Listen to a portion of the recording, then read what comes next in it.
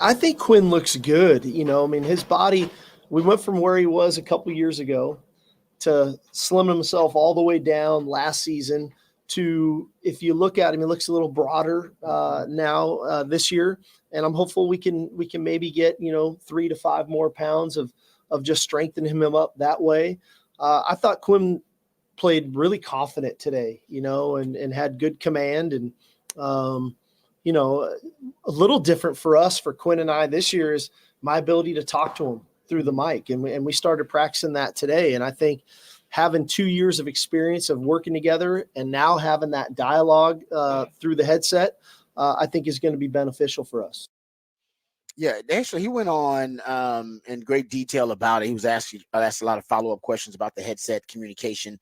We'll get into that too. We'll play that audio because my man Patrick has that set up. We'll do that later on the show. As a matter of fact, we could get into it when we go behind the burn orange curtain, which we're going to do coming up next segment. So that's just the start of our spring football discussion. We'll continue it when we go behind the burn orange curtain coming up next. But later on in the show, we'll also get to Texas men's basketball. We know who their opponent's going to be. It's going to be Colorado State.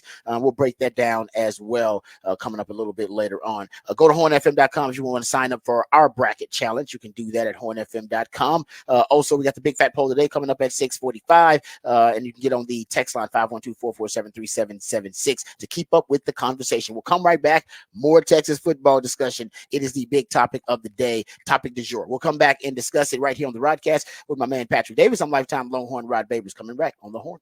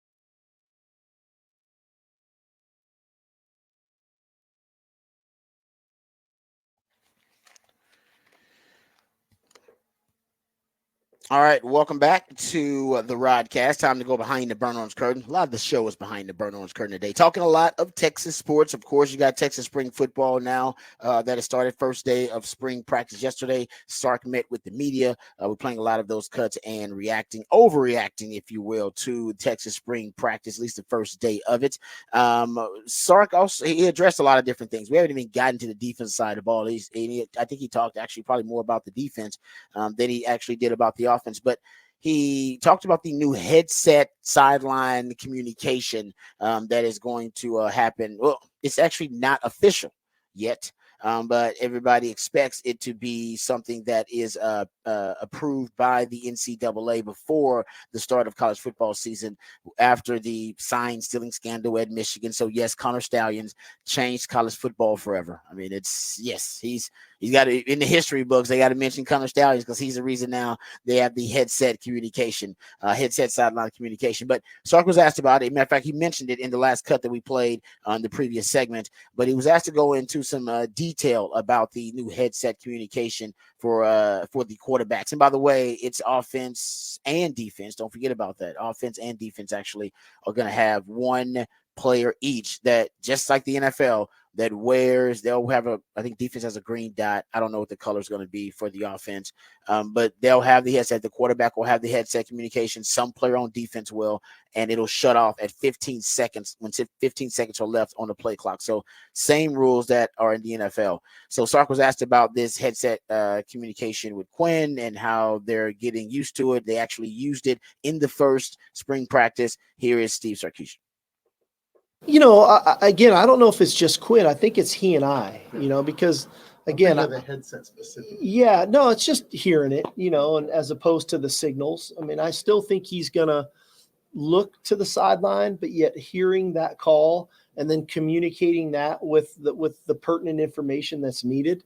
And I think the challenge for me is how much information is quality, good information, and when does it cross the threshold of too much to where it's a little bit of paralysis by analysis, because there's too much information. And so, and that's a fine line of he and I working together with some of that stuff. He and I working with the offensive line and getting that communication done. But I thought it felt really comfortable for him today, first time out doing it.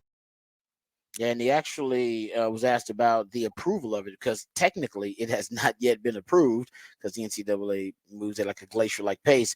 But he was asked about that situation. Here's Sark giving clarification on how they're able to use it, even though it's not technically approved. Yeah, we're in kind of that phase where they're allowing us that opportunity to do that, in working with the SEC and with the NCAA.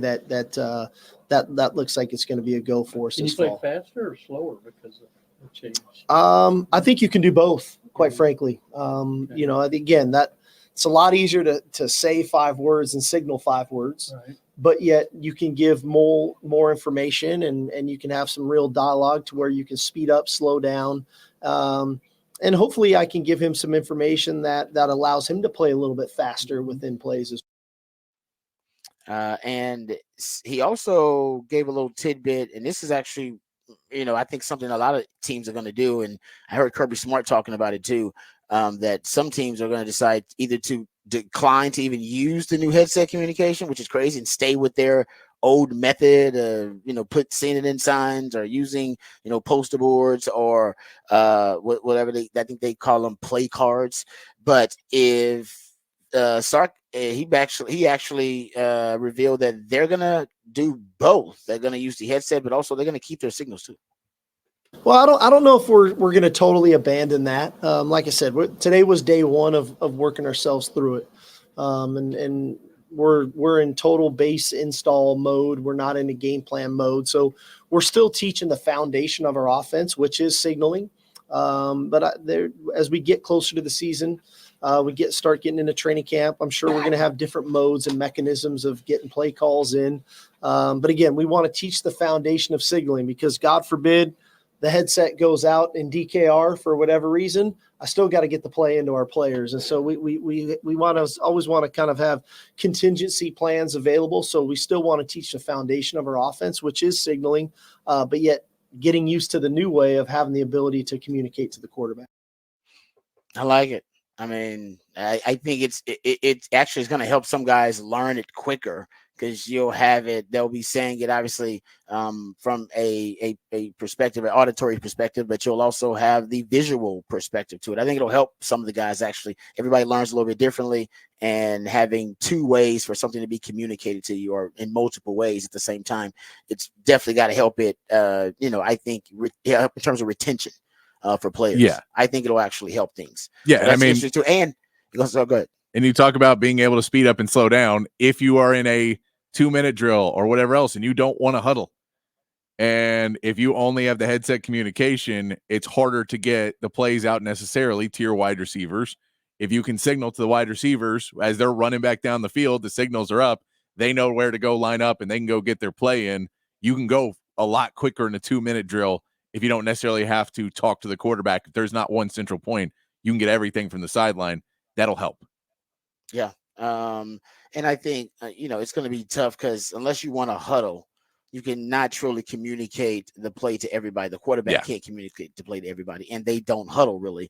Not everybody huddles. Sometimes they do, but not everybody wants to huddle in all situations. So in those situations, you want to communicate the play to everybody. The quarterback probably can communicate the protections to the offensive line, but in terms of the skill guys who are going to be spread out, unless they are, obviously in a condensed set, but if they're spread out, then they can get their communication and their play from the sideline. Quarterback can talk to the O-line, and then you can kind of move things along quicker and make sure that everybody's on the same page. And it does help too, and you have everybody set out there, and now Sark on the sideline sees that something is not right or the defense is set up in a way that he doesn't like, but he would like to check down to an audible. He doesn't have to call a timeout to make sure Quinn doesn't call the audible. He can just tell Quinn in the headset, hey, audible. You got to check down to this. If they're lined up quick enough. This is the thing we got to watch too. Yeah. Because the 15-second cutoff, remember, this became a huge advantage for Sean McVay until it wasn't, because the NFL obviously is different. But he was using the same method. Get Jared Goff to the line with about 30 to 25 seconds left on the play clock, talk him through the defense. And then when the 15-second cutoff happens, Jared Goff doesn't even really have to process anything. He just has to do as he was told by Sean McVay. And it was a brilliant strategy that actually worked the entire season, which is crazy. The entire season until Bill Belichick finally said, okay, well, all I got to do is to put in a different defense.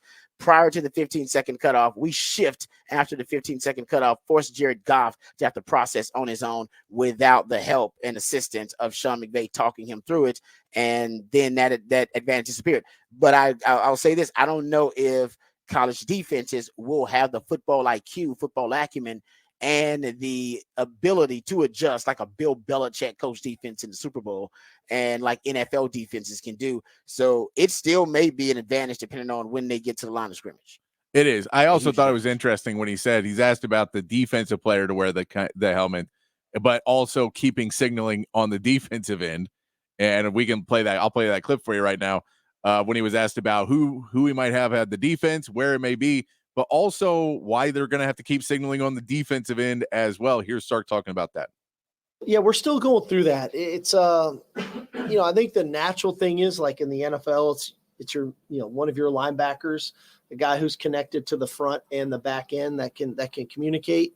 But because of the space of college football, and because of the hashes and the width of the field, we've kicked around possibly it being a defensive back, maybe our star, because of where he aligns and that ability to communicate. So we'll see. We're still working through that. Again, it's still very new. And the idea that people aren't going to go no huddle just because there's a headset really isn't true. And so you're still going to have to signal some defensively as well.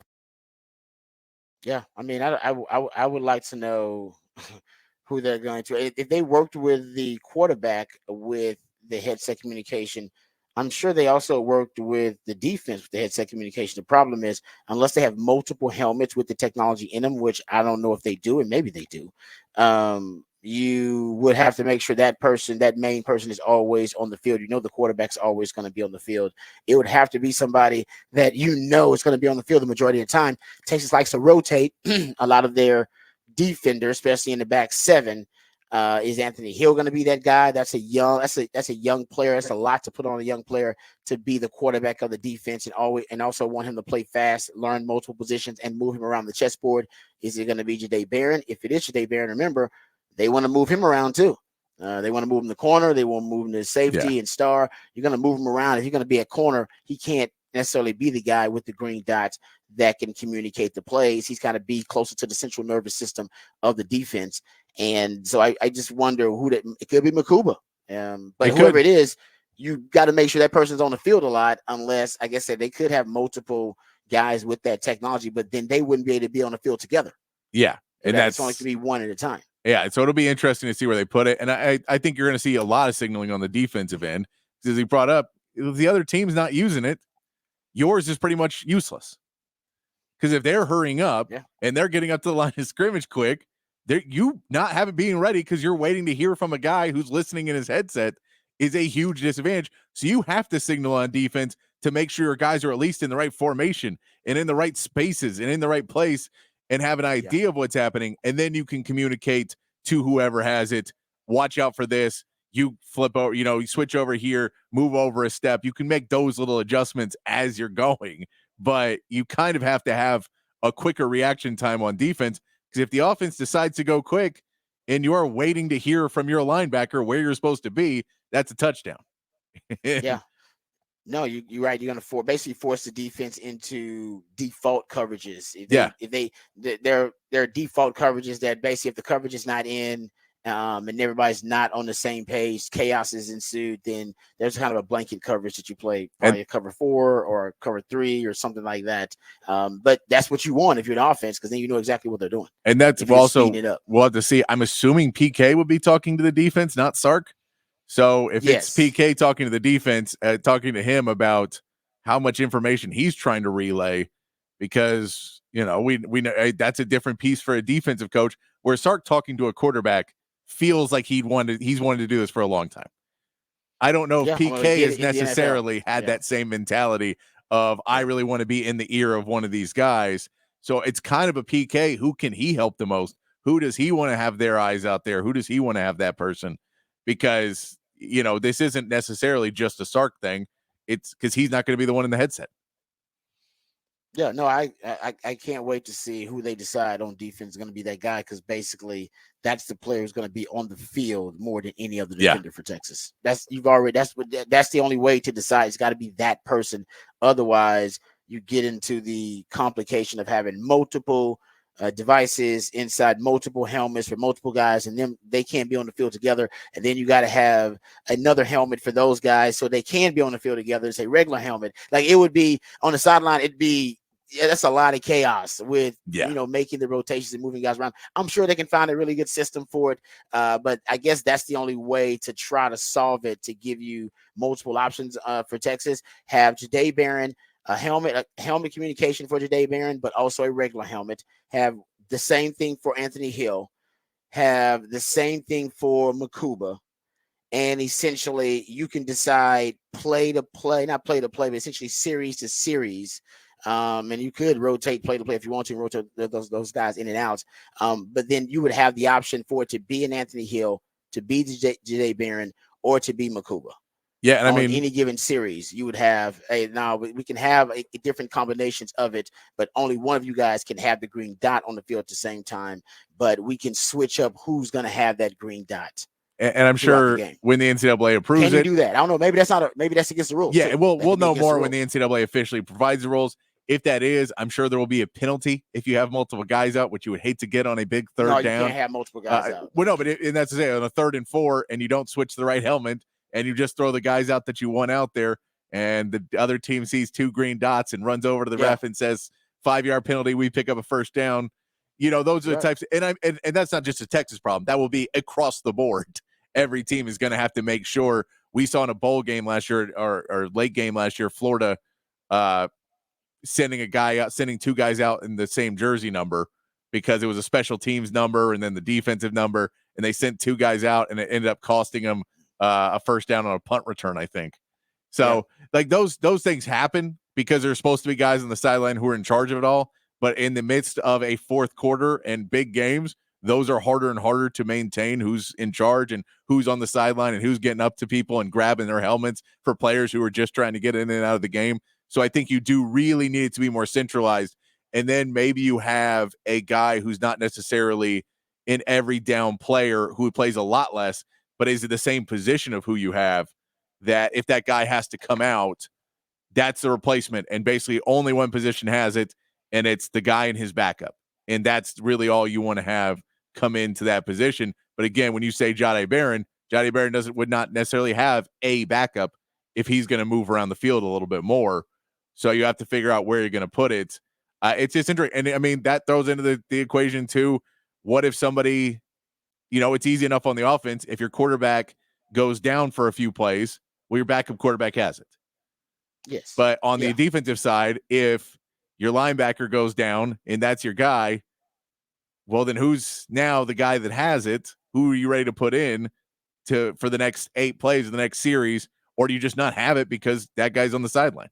So there will be a lot of it. I'm sure we'll get more clarity of it when they announce, the NCAA announces what all the rules will actually be. But it is a lot you have to kind of worry about. And it's interesting that was basically as much as he talked on the defensive end. But I'm with you. I think the defensive end of where it's going to be and who's going to do it is just going to be an interesting piece to watch all the way basically up until next year. And then if they keep switching it throughout the year. Yeah, I think matchup wise, they could switch it too, just based on the matchups they have. You might want different guys, in different roles, depending on who you're playing against and what type of style offense you're playing against, that kind of thing. So it will be fascinating. And who knows, the NCAA maybe they can add one. I mean, you don't have to have one just like the NFL. You could go multiple. I do know my man CJ Vogel reported in a bowl game that Texas Tech, actually, I believe it was, used multiple headset sideline communications on offense, and one with the quarterback, one on the O-line, kind of one with the skill guys. And maybe that's the way to solve the problem, that you can't have multiple guys at different levels using the headset communication. But going to be fascinating to see what the defense does to adjust to it. All right, good stuff there. We'll come back. We got the big fat poll today coming up on the other side.